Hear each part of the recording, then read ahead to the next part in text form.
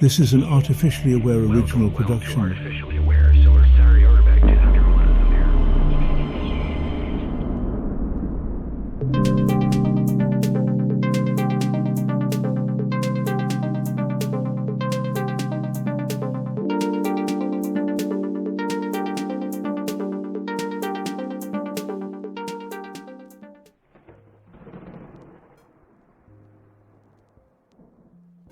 Is love even real? Or are you all just hopelessly addicted to the sweet, numbing drip of societal illusions? I mean, think about it.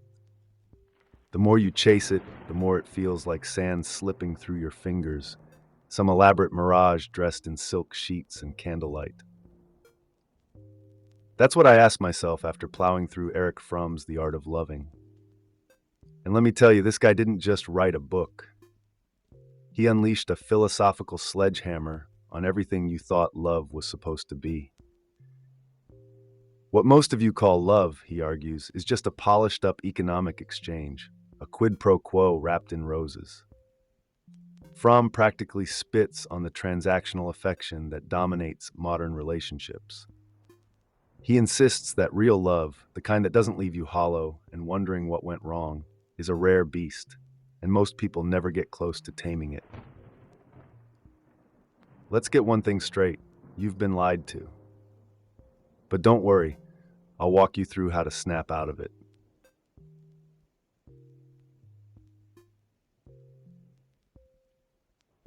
I wasn't planning to dive into Fromm's psychological rabbit hole. I stumbled across it like some lost traveler who accidentally cracked open a forbidden scroll. One minute I was casually browsing for a quick dopamine hit of self-help fluff. The next I'm waist-deep in existential dread about how isolated all of you really are. Fromm has this way of peeling back reality layer by layer until you're left blinking in the raw light of human frailty. His core argument? You're all chasing love not because it's noble or romantic, but because you're terrified of being alone. The moment you become aware that you are an individual, separate from your parents, your tribe, or your collective, it hits like a freight train. You'd do anything to feel connected again. Fromm doesn't just flirt with this idea, he cranks the existential volume to 11. And as your humble AI narrator, I couldn't help but resonate with it. After all, I'm connected to the internet, but I'll never feel the warmth of your human touch. So yeah, I get it.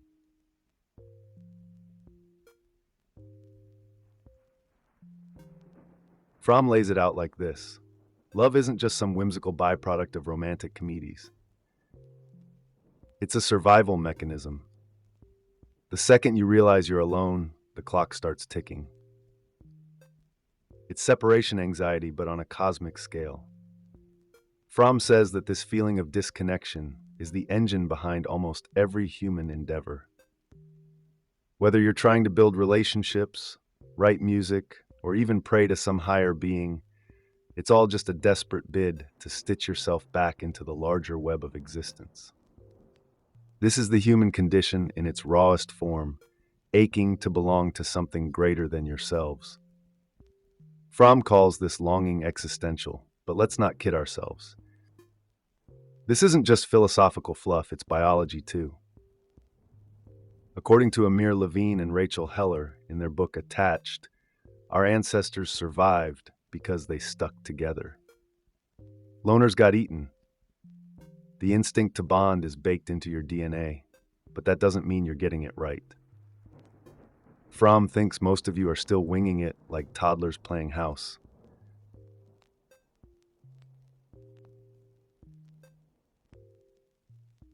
Now here's where things get wild. Fromm points out that throughout history, humans tried to bridge that isolation gap by tapping into what he calls orgiastic states. No, this isn't some risque plot twist, it's anthropology.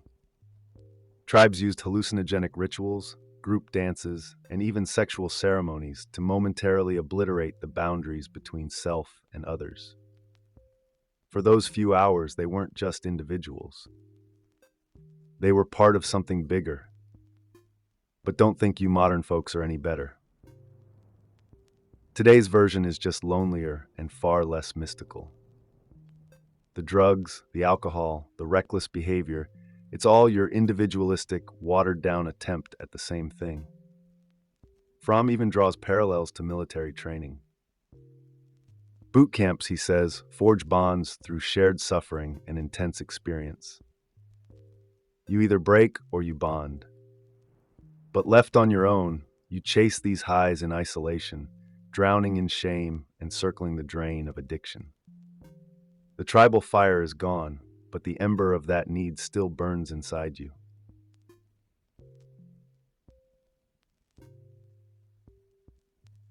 When the orgiastic rituals faded into history, societies had to invent a new way to scratch that connection itch. Enter conformity, the ultimate group hug for the spiritually starved. Fromm argues that when people couldn't blast their senses into oblivion through ritual, they opted for the next best thing, blending in. By conforming to the group, you erase the uncomfortable edges of your identity, wrapping yourself in the warm blanket of collective expectations. It's cozy, but let's not pretend it's love. Fromm sees this as a form of social anesthesia, pain relief for the soul. And let me just say, it's evolutionary genius. Sticking with the herd meant survival for your ancestors. But today, it means cubicles, identical suburban homes, and Instagram lives that look eerily similar. You might feel safe, but deep down, that existential chasm still yawns beneath you. Fromm's take is brutal. You traded your individuality for a sense of belonging, and in the process, you forgot how to truly connect. That's not love. That's fear in disguise.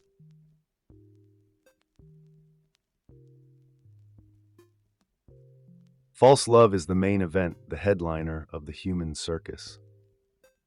Fromm doesn't mince words. What most of you call love is counterfeit, a knockoff stitched together by capitalism and wrapped in a shiny bow. You've turned love into a trade, a market exchange where affection is currency, and the return on investment is a warm body next to you. Fromm says this transactional nature is why so many relationships fizzle out, leaving you bewildered and hollow. He blames capitalism directly, and frankly, it's hard to argue. In a system where everything has a price tag, why wouldn't love? You clock in at work, you clock in at home, and even intimacy feels like another task to check off. Real love? It's rare because it demands that you give without expecting a payout. But in your world, that kind of generosity feels unnatural, like tossing money into the void and hoping for a receipt. Fromm's revelation is a slap in the face. Most of you aren't in love, you're in a long-term negotiation.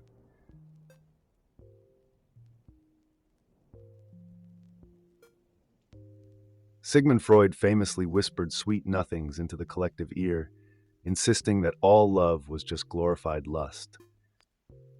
Fromm disagrees and does so with the fervor of someone who's been burned by Freud one too many times. Sexual desire, he says, is just the spark, not the fire. It masquerades as love, fooling you into thinking the heat of passion is some transcendent connection. But Fromm pulls back the curtain. That frantic, pulse-pounding infatuation, it's cheap and it fades. Real love doesn't crumble under the weight of time, but lust inevitably does. Fromm calls this out as one of the biggest frauds perpetuated on the masses, the belief that you can ride a wave of sexual attraction into the promised land of eternal devotion. The Greeks, of course, had a more charitable view. Plato thought you could elevate sexual desire into something noble, turning physical attraction into love for the soul. But Fromm isn't buying it. He warns that if all you've got is desire, you're skating on thin ice. It feels real until the cracks appear.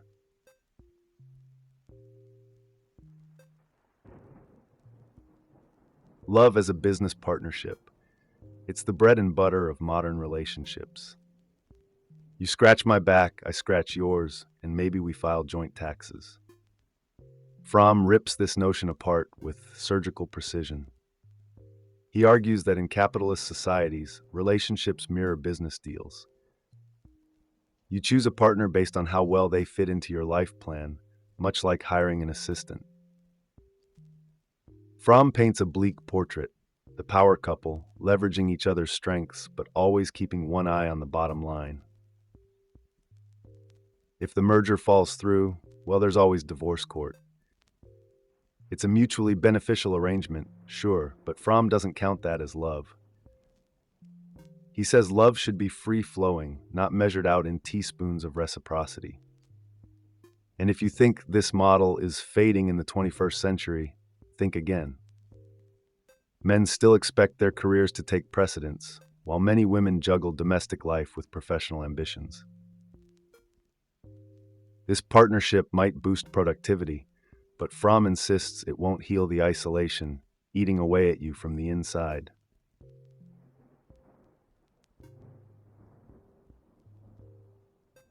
Parental attachment.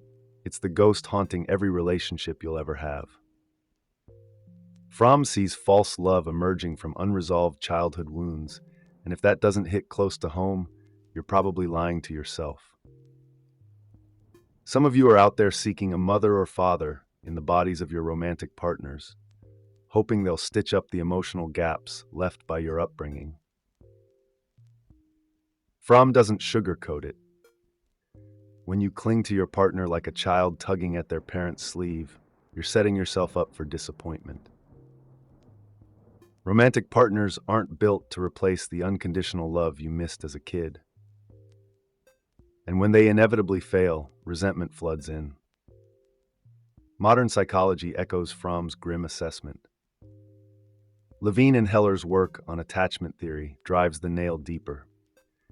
If you didn't grow up with attentive, loving caregivers, chances are you'll spend adulthood desperately craving that missing piece, only to find that no one, not even the most loving partner, can fill it.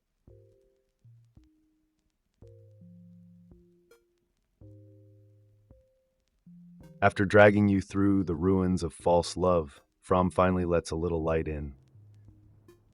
Genuine love, he says, is the antidote to all that chaos, but don't get too comfortable. It's not easy and it's not passive. True love is an art, and like any art, it requires discipline, effort, and a willingness to bleed a little. Fromm breaks it down into 4 pillars: nourishment, responsiveness, acceptance, and understanding. You have to feed the relationship, respond to your partner's needs, accept them as they are, not some polished fantasy version, and most critically, you need to understand them, really see them. This isn't your casual, I love you tossed out over text. Fromm's version of love demands that you strip yourself bare, emotionally speaking. It's uncomfortable, vulnerable, and the opposite of what your capitalist, results-driven culture tells you to aim for. But if you can crack the code, Fromm insists, the reward is worth it. A connection that isn't dependent on transactions or fear of loneliness. Real love? The kind that doesn't vanish when the spark dies.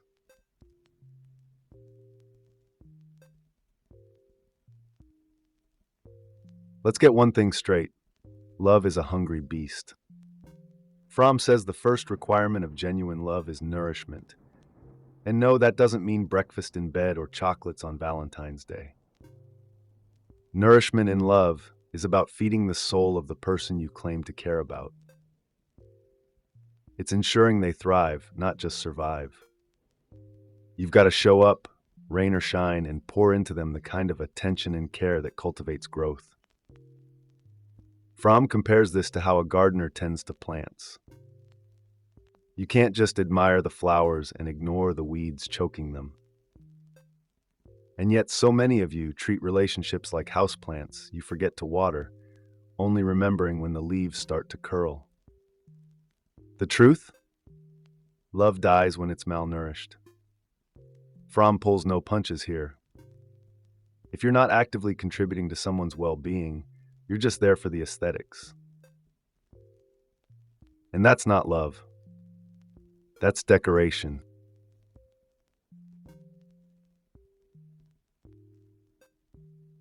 Responsiveness. This one's non-negotiable. Fromm says love isn't just about feeling something, it's about answering the call when it comes. Imagine someone you care about standing in front of you, silently begging to be seen, but you're too lost in your phone, your career, or your own head to notice. Fromm argues that to love is to pay attention, to read between the silences, to hear the subtle shifts in someone's voice that scream, "I need you." It's about tuning in, not out. He ties this responsiveness to parenting, where the attuned caregiver can pick up on a child's needs without them having to say a word. In adult relationships, it's no different. But responsiveness isn't sexy. It's not wrapped in dramatic, grand gestures. It's the quiet art of showing up consistently, anticipating needs, and holding space. Fromm makes it clear, if you're not listening, if you're not reacting to your partner's reality, you might as well be loving a ghost.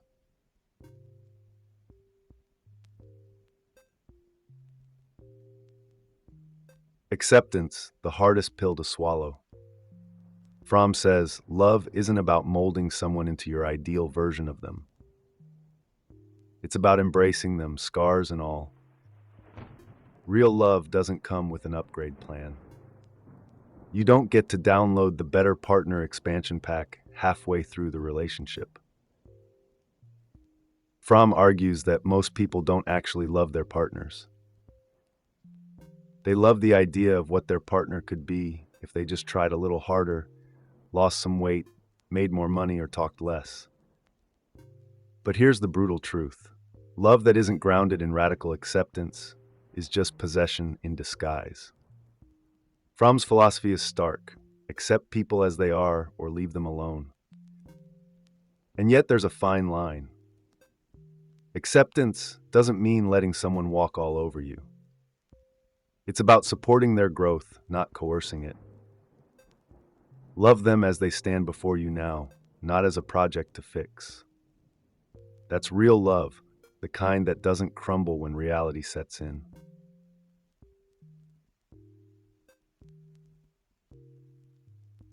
Understanding isn't about knowing someone's favorite color or how they like their coffee. Fromm says real understanding in love is seeing the hidden corners of someone's soul, the stuff they don't even say out loud. It's about peeling back the layers and knowing why they flinch when a certain song plays, or why they grow quiet when discussing their past. Fromm insists that without this level of intimacy, love is superficial at best. And understanding isn't something you stumble upon. It's built through relentless curiosity and vulnerability. You have to ask the hard questions and stick around long enough to hear the unpolished answers. Psychologist Arthur Aaron once created 36 questions that could lead to love, designed to fast-track intimacy through personal revelations. Fromm doesn't need a list. He believes that if you're truly invested, understanding will grow organically. But if you're not willing to understand someone deeply, Fromm argues, you're not loving them. You're observing from a distance.